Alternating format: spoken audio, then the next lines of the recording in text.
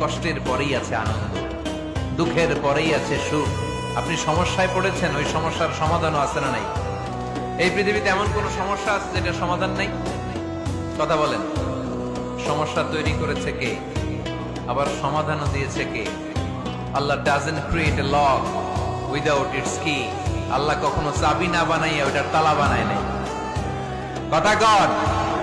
তালাও যেহেতু আছে, ওই তালার চাবিও বানিয়েছে কে? মা আনজালাল্লাহু দাআন ইল্লা আনজালাল্লাহু লাহু শিফা।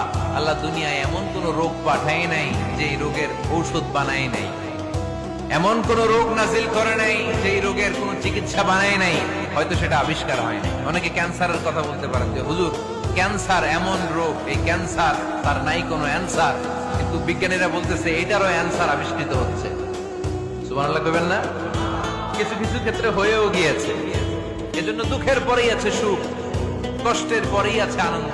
এই দুনিয়াটাই এরকম, কষ্টের পরই আনন্দ। দেখবেন তারাবির নামাজ 20 রাকাত পড়তে কষ্ট লাগে না?